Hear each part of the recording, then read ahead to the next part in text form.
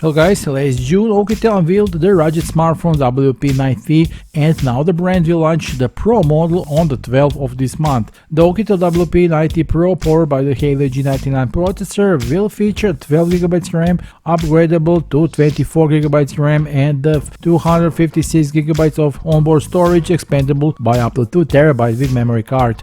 Out of the box, it will run on Android 13.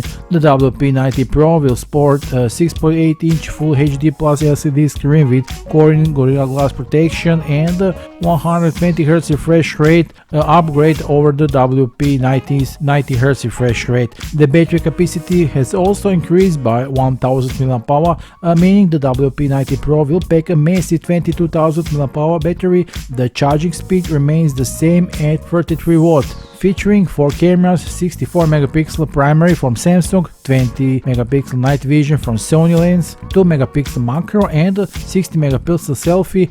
The rugged smartphone will be marketed with the tagline "safest and the toughest 22,000 mAh Explorer Plus" and come with the IP68, IP69K and NIL-STD 810H certifications.